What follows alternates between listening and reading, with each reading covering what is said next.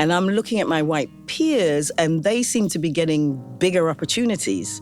So I just want to find out from you, is that happening because you don't feel I'm competent? Or is it something else? And he said, oh, no, straight up, it's something else. It's the fact that you're Black, I'll tell you honestly. He actually said that? He actually said that.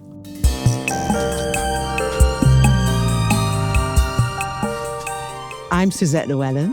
I'm Suzanne Packer. We're two actors and, more importantly, two friends who've been through life's ups and downs together over the last 30 years. In this series, we invite some incredible people to our imaginary veranda to tell the stories of their lives. This is Veranda Talk.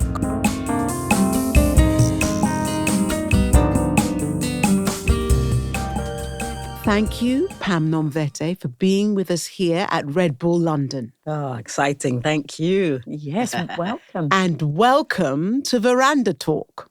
Yay. Yay! Now, I'm going to give you your full name, so please bear with me if I say it incorrectly. Sure. Pamela Nomvete. That's right.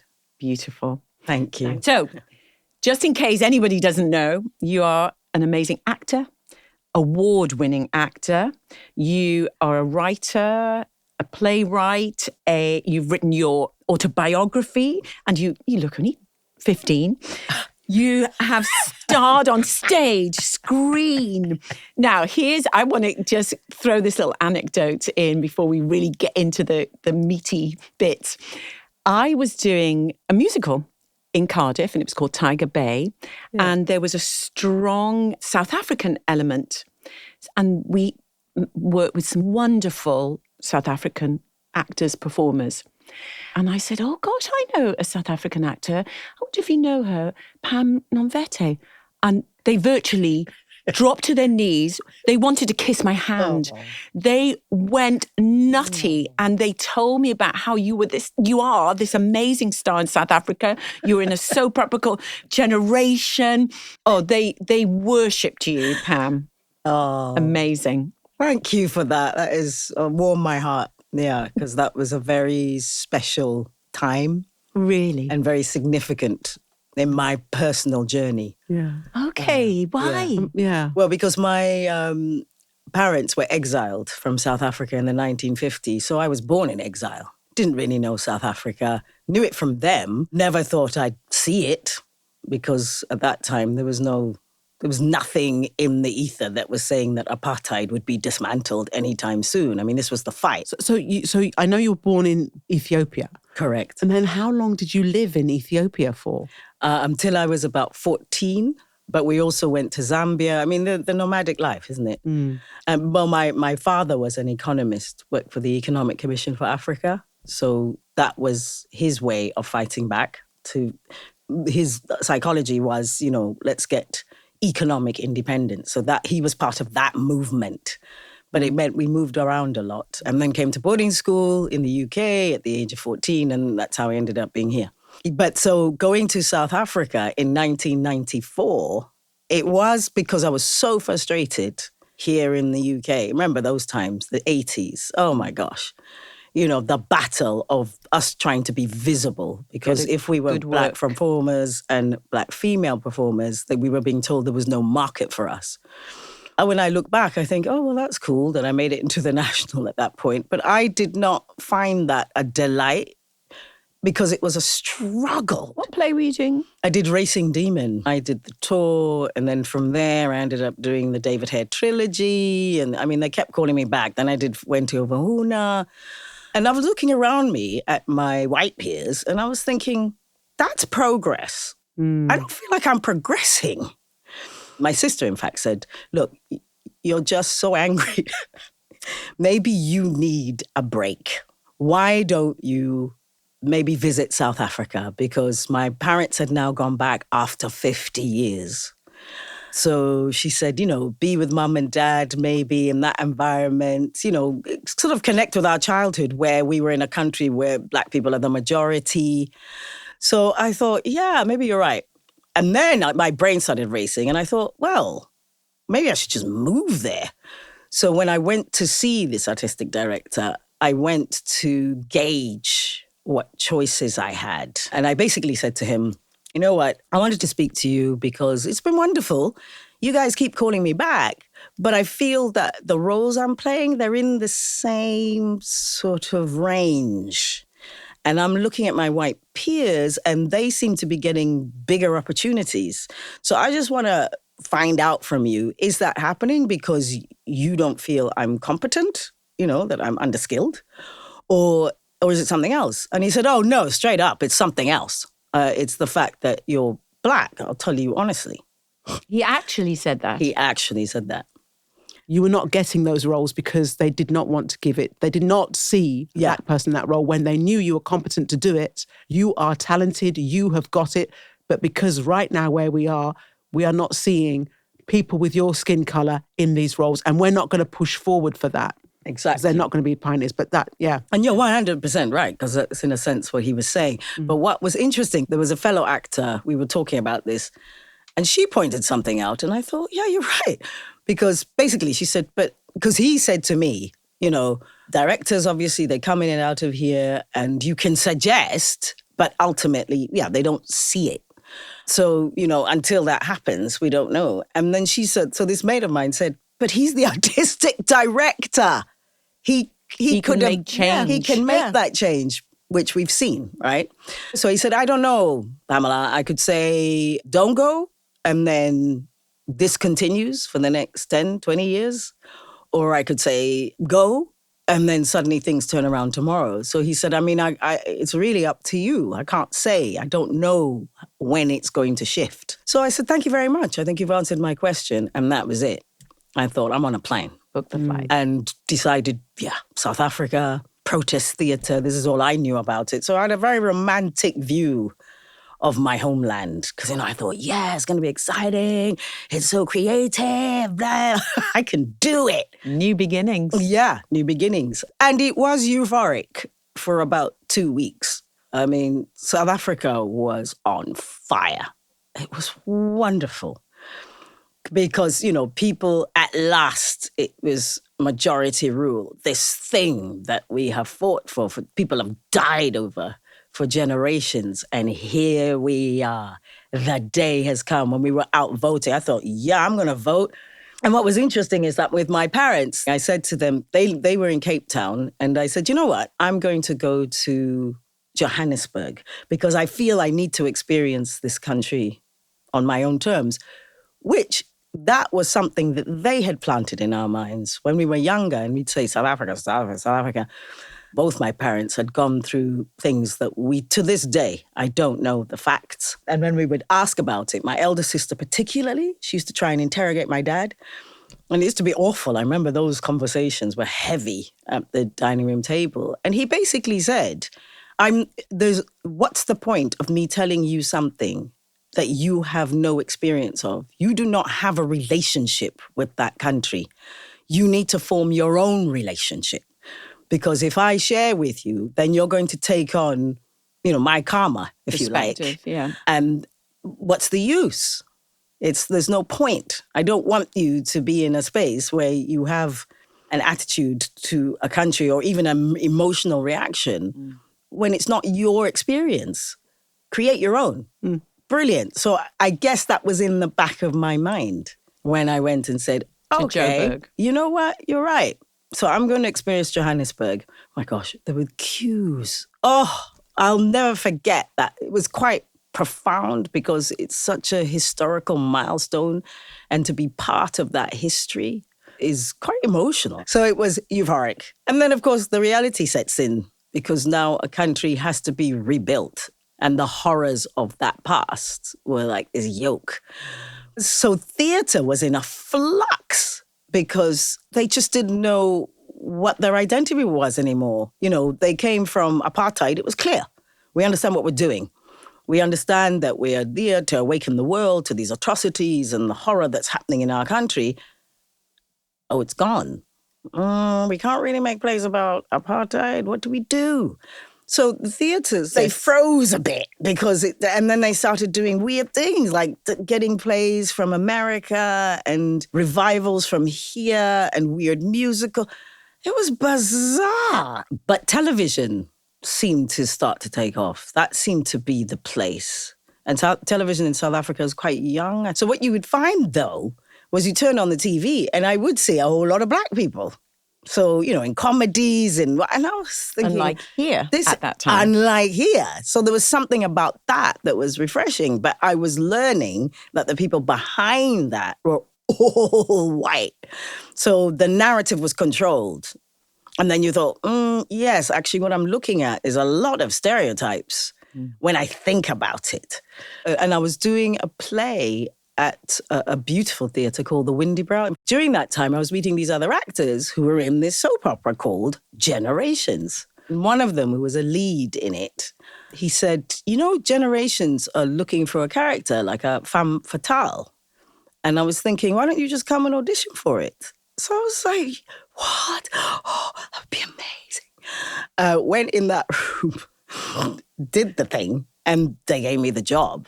The beauty of it was the guy who created it was a black South African who had been in exile, came back home. So he created it and he was executive producer. So that was a milestone. That was like, wow, this is new in South Africa. Again, the fact that there were black people in the lead, in the story. And then, so there was that. But then it had a lot of white directors around it. I caught a glimpse of what it was like living in apartheid South Africa, to the point where, and, forgive me, universe, forgive me, ancestors, but I was kind of thinking, well, in a way, it was my parents' fortune that they were exiled. Yeah. And kudos to them, what they empowered us with during that time, because for them, they were like, you can't be attached to something that tells you are limited. You've got to understand that you are not. You've also got to understand that the world is yours. There is nowhere you should ever feel as if you can't go. It can't be that way. So this was the psychology they gave us. So in a sense, and looking around me, I thought, I'm emancipated. I'm actually free in here. Because being in this environment where people were not, and seeing how these white, oh my gosh, the way they spoke, you don't pronounce that like that. That's not how you pronounce this thing. Come on. That's how they would talk to people. And not, and even drag you. Physically. Put your hands on you. Stand here. And of course, I wasn't having it. Because I'd say, excuse me, I'm not an idiot. Don't talk to me like I don't understand. I was in constant... in battle. Because so where were the lightness? Lives. Where was the lightness for you in that role? In the lightness? The role. Yeah. Well, I suppose the power of it, the fact that we were all these black people in the room, that was fantastic. I mean, because it cannot be underestimated. The idea of being a majority is something we don't even think about, isn't it? I mean, that's very powerful. It was so confusing because what you're looking at is it's the same fight when you were a minority, but now you're dealing with it as a majority. So can you imagine what that does to people's minds? I grew up with South African freedom fighters coming to our house, talking about being tortured, but making it seem hilarious. I was little, but we used to laugh and be like, oh, Uncle is so funny when he's talking about, horror. Like horrific scenarios, but you're like, and they're making a joke.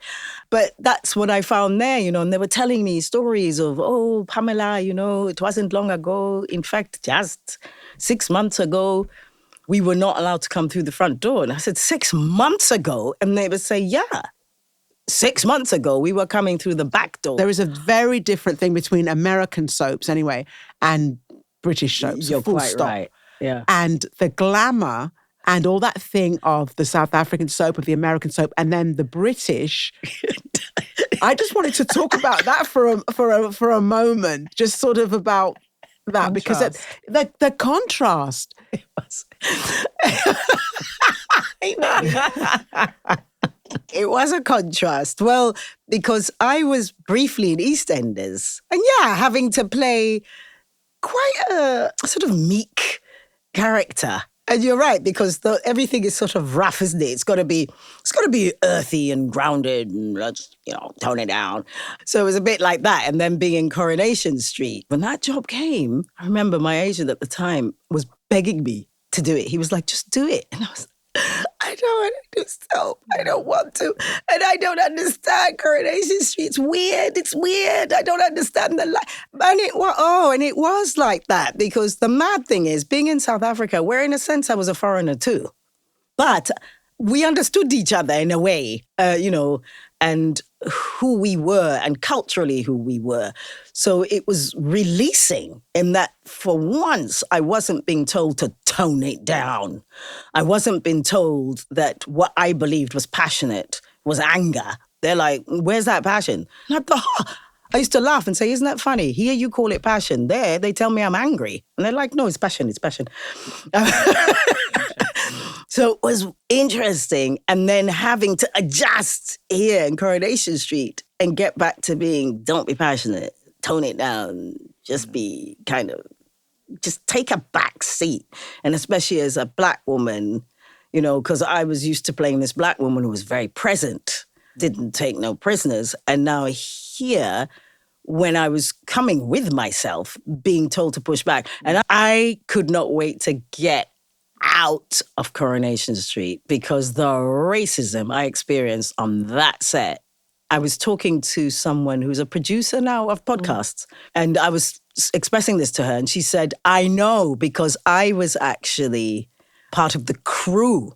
And she said, being female and Black, she said, Pamela. Now, what she was describing is a bit of what I'd witnessed on South African sets, especially in Cape Town, when they were doing movies and that, and the film industry there. I saw how they treated crew, the Black crew, and they used to call them boy. And you'd get a man who's in his 20s calling a man in his 50s boy. But this woman was telling me that was her experience on Coronation Street. She said they sort of treated me like a glorified cleaner, really. Hey, yeah. And this is now in the United Kingdom, You're reminding me of Judith's story. Do you remember when she was in EastEnders, I think, then? Yes. And somebody talking about, I'd love to have a pickaninny around me to do. Yes, I mean, that's right. in our book. Yes, She writes it, and yes. that's what She speaks of it. And she speaks of it. But that unconscious racism. Completely. But that's the problem, because they just feel entitled that they can just talk to you anyhow. And the other sad thing was, the whole idea of us being there was to begin the Black family in Coronation Street. That was the beginning of the Black family. And in fact, I saw something on Instagram where the actress was talking about being the first Black family on Coronation Street. And I was like, you know what, guys? I do have this issue with us. I'm not a first person. I hate it because it completely negates what came before. And then it curtails our longevity. So it means that we have no legacy as Black people. We're always at the beginning and the beginning and the beginning. And I'm thinking, don't let them do that to us, because it disempowers us. So I remember reading that and I'm like, don't say that. Actually, we were the first, because of the Black actor in it, who he approached the producers and said, why don't I have a family? And do you realize you guys have never had a Black family? And I'm here, the Black guy in the show. Get me a family. Sadly, though, which is another thing, this is quite an interesting, controversial subject that hopefully one of these days I'm going to maybe write about or unpack it. But the relationship of the Black man and the Black woman, and how often as a Black woman you are betrayed by the Black man. In many ways, he disempowers you when he's amongst the sort of white supremacy. And I kind of experienced that. It was kind of lonely, because I suddenly realized very quickly that he was confused, because on the one hand, he wanted to be progressive and do this, but on the other hand, it was like, actually, you're disempowering me to empower yourself. It was deep. Mm-hmm. So it was lonely, and I was insecure even being with him. I thought, I'm not feeling secure acting opposite this guy, because I don't feel he's got my back. I remember this female director. Yo, South African is coming out. Yo. Elle. She came up to me and we were about to rehearse this scene. She literally walked up to me and was like, Pamela. What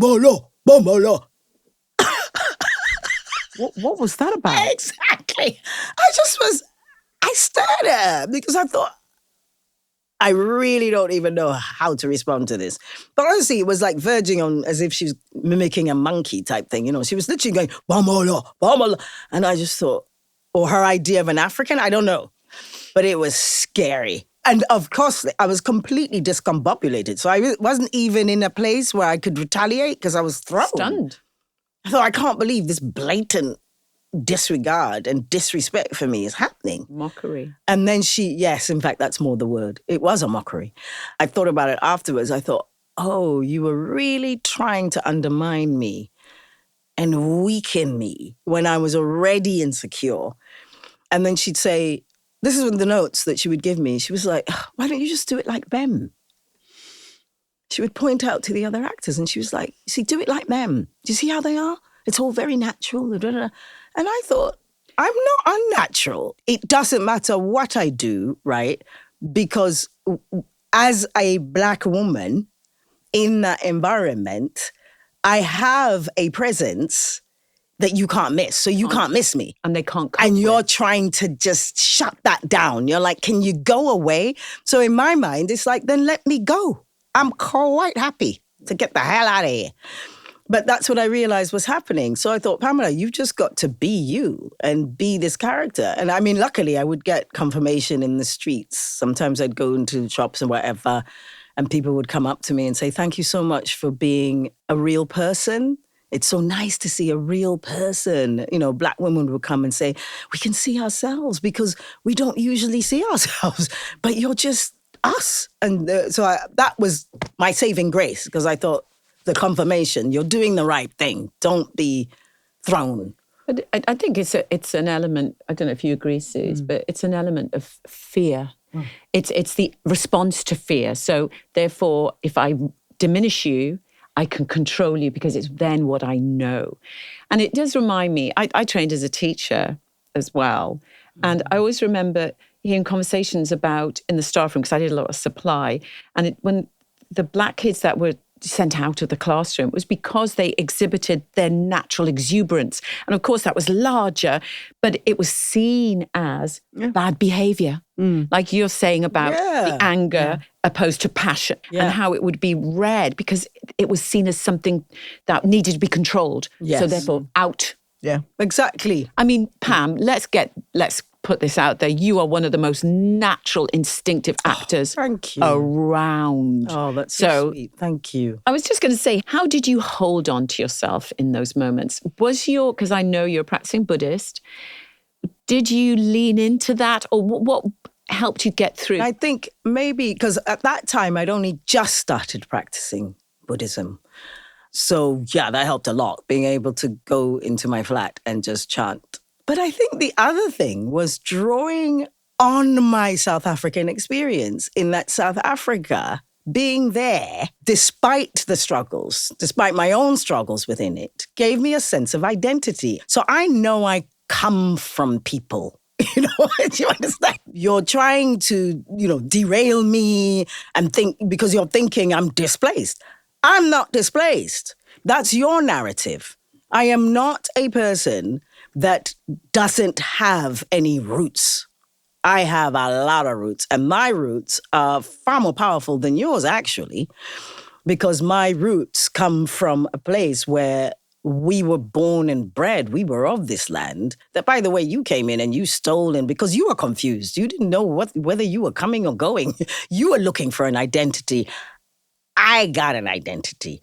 So all of that, I think, was it was feeding into me. So I wasn't about to fold, and I think it was different from when I was in the UK before, right? So because that time I was always reacting. Whereas with this, it was coming from a place of knowledge. So it was annoying and, uncomfortable and hating it and thinking, I need to get out of here. But there was also a part of me that was thinking, I can get out. I don't have to put up with this. Why should I put up with it? I've learned that I don't need to. So I think that's what it was. And in fact, because they do this thing where, they call you in after a year to relook at the contract. And it was great because it was beautiful. It was a moment of victory. And I do think that was a result of my chanting and my protection because I didn't have to put myself on the line in that way. He was arrogantly, Al, we do this and we know that everybody wants to be here. But unfortunately, in your case, we're going to have to let you go. It's not quite working, whatever. And I looked at him and I said, I agree. He nearly fell off his chair. And I said, great. So can I go? Yeah. And it's amazing. So did they have any understanding of the work you'd done before? Well, okay. So the amazing thing is, the directors did. There was one director who, he was lovely. He was so sweet. And he was the guy who I think auditioned me. So I think he felt responsible for me. So he knew. And he used to say to me, natural, isn't it? You know this world because you did the soap opera. And so he used to do that on set to try and uplift me. To them, though, I think he was trying to educate them. And then, interestingly, there was a white director on there who was a white South African director who was constantly saying, you're so good. We would shoot stuff and he'd say, you're so great. You do know that, you do. It was bizarre. I thought that's interesting. That's the universe doing something. Yes.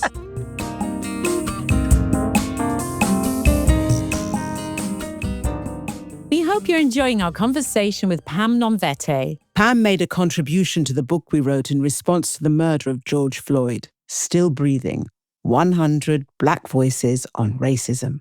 The book features 100 essays from musicians, members of parliament, poets, artists, athletes, civil servants, doctors, and lawyers. They seek to educate, to bear witness, and to offer hope for a better future. You can find Still Breathing 100 Black Voices at all good online retailers.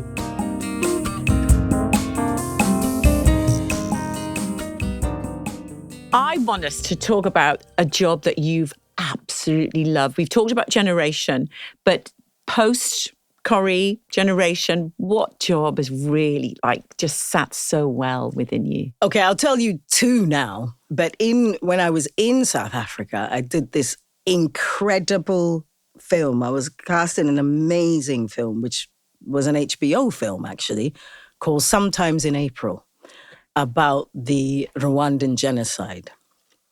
You know the documentary, I'm Not Your Negro? Yes. So that director directed it. Right. Okay. He is unbelievable. Right. Extraordinary. Oh, I cannot tell you. And in a sort of quirk of craziness, of fate, I was working with Idris Elba before he was Idris Elba. Yeah. Right? So he was just this really cool actor who was in, what's that show that sort of put him on the map? The Wire. The Wire. So he was doing that at the moment. And I remember him talking about it. It was so interesting. But oh my gosh. And the Raoul Peck, brilliant man. Activist, really. He's an activist. And he insisted with HBO that he was going to shoot this film in Rwanda, in Kigali. HBO was saying, dude, they don't really have facilities for filmmaking. Just do it in South Africa. And he said, I'm not going to do it in South Africa because that's what you guys do. And at that time, the film about Rwanda that came out with Sophia Hotel Rwanda, right? Yes. They had been shooting that in South Africa. So he said, I know what y'all doing. And he said, I'm not going to do that because then what you do, you go and you fill up your extras with South African actors, whatever. No, I needed to do it in Rwanda because I want the whole feeling. It's a different ball game. So he insisted. And then he called us out like 2 months before so that we could do the research. And we had to go to all these memorials, which was something I will never forget as long as I live. So talking to people, you're seeing it. You're seeing the results. I remember walking in a church where people would try and come for solace, and you'd look up at the ceiling and there were hundreds and hundreds of bullets holes in the ceilings, and you would look like you'd sit on a bench and you'd look on the bench and there was blood, stains of blood. And I remember sitting there on one of them and I was looking up and there was a statue of Mary looking pristine, not cracked, nothing, and just there. And I just thought the irony of this, oh my gosh. It was intense. And these amazing people, the Rwandans, talking to us on set. You'd have these crazy experiences of a guy standing next to you and he'd say, that guy killed my family. So they were having to work alongside each other. I mean, talk about human revolution, right? So basically, what was fantastic about that film is for the first time in my life, I recognized what they meant about just being, because there was no acting. It was like a documentary. We were all in it. Nobody was acting. We were just there. One of the things we all walked away with, we all said, what we've understood is that this is about our humanity. Because the people we're meeting are people like us. And the people who even were perpetrators are people like us. So you realize that could be me. Yeah, yeah. Profound. And just I have to mention this, is that, see, it still affects me. But when we were doing the premiere, Raoul insisted that we do it in Kigali. He said, because I need the approval of the Rwandan people for this film, because I know how they reacted to Hotel Rwanda. So I need their approval. And if they say they're not happy with what I'm done, this isn't going out. I mean, this is a man talking to HBO, right? So what he did, he arranged this premiere in a field, and it was a very famous stadium where lots of atrocities happened. Whereas we were driving in, and there were these queues of people right through from our hotel as we were driving to the stadium. And the Rwandan actress in our group, she said, guys, I think these people are coming for us. There was mayhem. People were trying to climb over the wall. I mean, it was so incredible. The guards were opening the doors and they were like, come in, come in. It was brilliant because suddenly as actors, because it's all about you, isn't it, at those things? It was not about us. We were humbled. Raoul Peck is there on the pitch with a foghorn trying to get some, organized. I mean, I thought, actually, this is what we do. This is why we do it. It gives meaning to what we do. 100%. That film helped me recognize why I do this. I thought, yes, because I want to transform lives. I want to heal through my craft. And I saw it. I saw it firsthand. By the end of the film, there was utter silence in the stadium.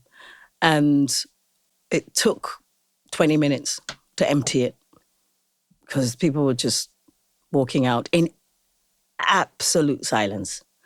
So I thought, okay, Raoul Peck has he's achieved it. Wonderful. This is it. But it was awesome. And then the second thing that then happened to me here, these two scripts, the one came called Skeleton Crew. I'm sorry, I got very excited then because I saw Skeleton Crew. I went with my daughter. I was just mad that I could only see it once because it was sold out. It was such a meeting of a fabulous cast, fabulous writing, fabulous direction, fabulous set building, choices of music. It's what you go to the theatre for, to be moved, to be touched, and it had a wonderful, the ending I just loved when it was just that, yes, I'm glad that she did. It was just, I mean, I can only just recommend, if you can read the script, read it. But that was just phenomenal. It was. And thank you, because she's just expressed it. I mean, phenomenal. Imagine seeing that. And you're so right, encouraging people to read that script. Yeah. It's fantastic. To have that fall on your lap And I remember the day it did, I think it was a Friday, and my agent, she was all weird. And when she's getting on, I thought, what's this? You know, and she doesn't usually, she gets the assistant to say, oh, there's this script, blah, blah, blah. But she called me on this one and she said, oh, well, there's something coming your way. I thought, okay. Just like you're saying, not wanting to leave that room, I never read, you know, when the script comes of a possible audition, I read it once and that's it. I read that because I couldn't believe it. And when I went to the audition with Matthews here, I was in the room, we did our thing, the reading and there. And at the end, I just said to him, you have to cast me in this. You do know that, right? And I've never done that in the 40 years. I've never done that. But I just had to. I just thought, no, I need to take control of this one. So that, and it was everything you said, even being in it, even experiencing it, was that. Yeah. It was for the first time in my life, which is true. I wasn't thinking, okay, I'm so glad. Can we get to the end of this now? Another week to go? What? I was devastated when it was coming to the end. I sit there and I think, yes, come on. This is what these Black actresses of our generation, this is the kind of work you need to be offering us. And there's so many of us, my gosh, it's just like, oh my gosh, you've got a basket of brilliant talent. Just create brilliant work. Well, and then the other one was Coriolanus, Volumnia. I read Volumnia and I just went, okay, let me see. Can I do it? This is a woman in her 60s now, guys. You know, learning lines, it's just not as easy as it used to be. And I thought, it's only like 3 scenes, really. She's got a bit to say, but it's possible. I'm sure I can do it. So I said, Kim, I think you're right. I think I can do it. Right. The overlap is a month. So I'm now performing Skeleton Crew, and then I'm going to rehearse Coriolanus. And it was a phenomenal. Oh my gosh. Oh, it was, I did it. I was like, yes, I did it. And she was a fantastic character. So much so, I actually have an idea of thinking there's got to be a sequel and of her story, because she's such an extraordinary female character of Shakespeare's that I thought needs more exploring. You know, I think absolutely. Actually, I think you're absolutely right. Do you agree? Yes. Oh, definitely. Because she is quite. I mean, she is tough. She is so many things, isn't she? Yeah. A leader. Yeah. She's basically a leader. She was really the leader. Definitely. I'm going to have to take you now because you've been on our veranda talking, and now I have to ask you to just imagine and take us and speak about your veranda. Where you see your veranda, what it looks like, what you're hearing, what you're seeing. As you said that, I could see it. It's quite lived in. I mean, it's quite aged. So it's got peeling banisters at the front. I feel that. And for some reason, I keep seeing off-white, and there's a wonderful kind of wicker type bench that I'm sitting on. It feels like it's in the middle of some kind of forest, because I'm hearing these extraordinary birds. And there's a lot of trees around, but through the trees, I can see lots of blue sky. Oh, and there's this amazing bird that has just landed literally on the veranda. And it's got colors that I've never seen before. And I'm thinking, something just occurred to me. I thought maybe that's an ancestral bird. Maybe that's a visit from an ancestor. And I see myself drinking teas. I'm quite a hippie, actually. It's bizarre. It's amazing you've done this, because I've never pictured that, but I feel like I'm quite a hippie. And I'm drinking this tea, and I seem to be going through herbs or something, because I'm thinking about what I'm going to cook. I can see children. I can also hear children. I've got an old car that's parked just to my left. So it means I'm, active, obviously drive around. I don't know where this place is, but it feels quite magical. I love it. And yes, I'm also writing. And the great thing is I'm writing by hand. So there's something I'm writing. There's something I'm creating in this perfect space. And because with all the noise, the children, the birds, leaves of the trees, there's also that amazing silence. that I long for, actually. I love that silence. You know that silence that's actually silence? That's in the background. So that is it. Thank you for that. I love that. Thank you. I'm gonna use that as a vision for me to head towards. It's sort of my place inside. Thank you. That's really amazing. Oh, I love that. I'm gonna use that. Much appreciated. Thank you. Pam, it's been amazing. Thank you. You're just a natural at it. You're wonderful. It's a joy to be in your company and share. Thank you. Thank you. So safe. Likewise. Thank you so much for joining us on Veranda Talk. Oh, thank you. Thank you so much.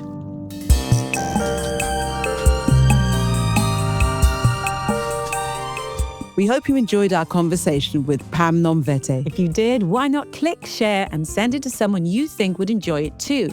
Or they're able to find us on Apple Podcasts and Spotify. I'm Suzette Llewellyn. And I'm Suzanne Packer. Veranda Talk is a Bengo Media production.